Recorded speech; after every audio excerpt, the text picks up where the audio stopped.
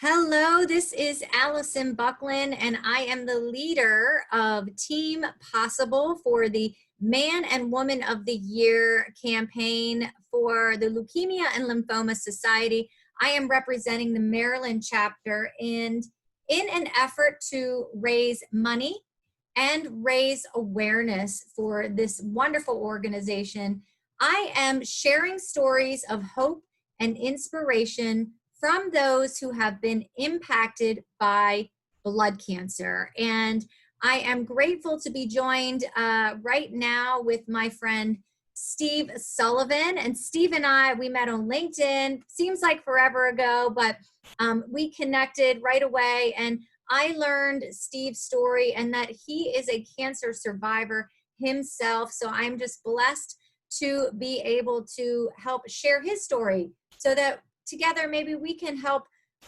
reach those who can relate to this wonderful organization and this wonderful cause and help us raise money and share these inspiring stories. So Steve, please just share with the world who you are, where you're from, and how your life has been affected by cancer. Okay, thank you, Allison. I really commend you in taking leadership and helping to raise funds for the Leukemia Lymphoma Society because it's dear to my heart. As an individual, I'm currently a leadership coach. I came from the healthcare IT background and have enjoyed being active with nurses, clinicians, and all sorts of things and helping them help patients. Now, in terms of my story of cancer, that started a long time ago.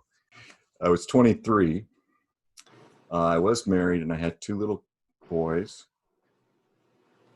And at the time I was sick and finally called my doctor and said, I can't shake this bug. Well, maybe I need to go to the hospital. She checked me in and they did the blood test and found out that I had acute myelogenous leukemia. And, that changed my world immediately. As I started to absorb that in and think about it, I came to some realizations that may be answers to your next question, Allison. But to let people know, I went through all the standard treatment back then, was in remission, and then a year later I relapsed. Oh. And so when you relapse with leukemia, boy, your survival rates go way down. And in fact, the doctors told me at one point in time, Steve, you've got probably less than 5% chance to be alive in a year. Chemotherapy can only go so far, and if you relapse, it's not likely to help you again. So you should consider a bone marrow transplant, which is very common today. But ultimately, I didn't do a bone marrow transplant, in part because back then they were offering autologous and they were offering sibling. The whole current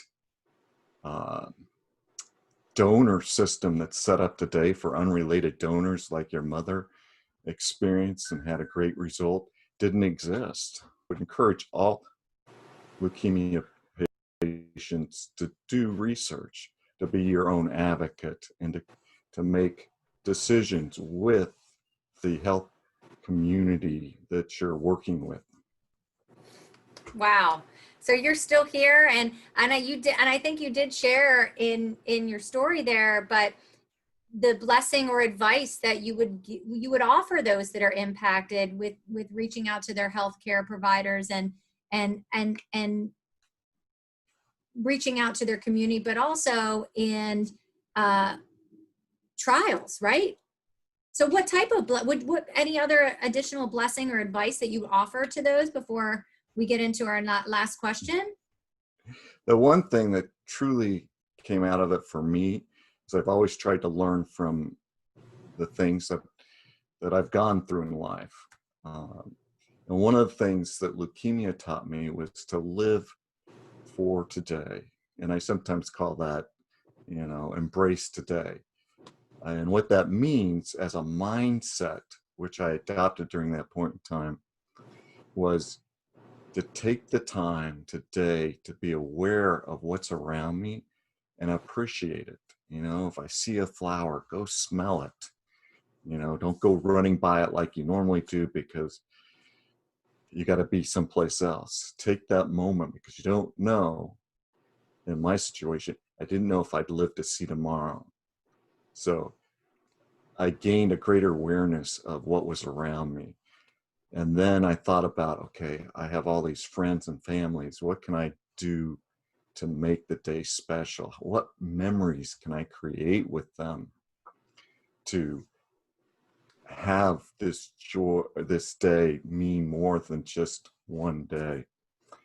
And That's then, such a great advice, because no matter if you're cancer survivor or not, I mean, I think we can all take that to heart. yes, we Embrace can. the moment, live for today. Tomorrow is not promised.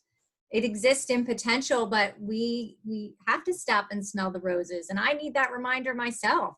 So I really appreciate that that's the advice that you've given. I think that that enables everyone who's listening to this to be able to relate to that advice. I just really appreciate that so much. And so for my last question, I'd just love to know from you, Steve, what is one thing you'd like to champion about the work that the Leukemia and Lymphoma Society is doing? While they're most known for their research on cures for blood cancers, and they've done an amazing amount of good work there, they also have services to help families that are going through this struggle. Currently, they have a COVID-19 program where families can apply and get some financial help during this, special, hard, difficult time economically, as well as, cancer is not a cheap, cancer treatments are not cheap. Um, I can't even imagine what they are today. 30 years ago, I think my total expenses was $125,000. And fortunately, I was with a good company and good insurance. And so, that only impacted me maybe a few $1,000s out of my own pocket.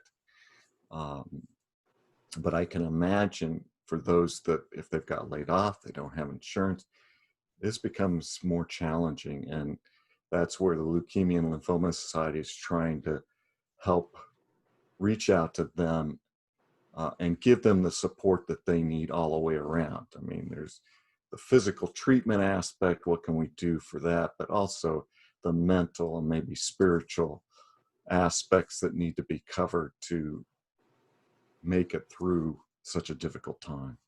Absolutely. And that's why, one of the reasons why I am doing this work to raise money for this organization. And I'm going to put a link to my personal donation page in the comments and in this copy so that you can give whatever you have, whatever that is, $1, $5, whatever that is. It is not too small of an amount for this organization so they can help reach and help other patients. Steve, I want to thank you for your time and sharing your story with me so that together we can share these stories of hope and inspiration to uplift and to empower others with light and positivity during such a difficult time. And Team Possible, we are making the run for donations, everything that we can through the end of July. And I just appreciate your support so very much. Thank you very much.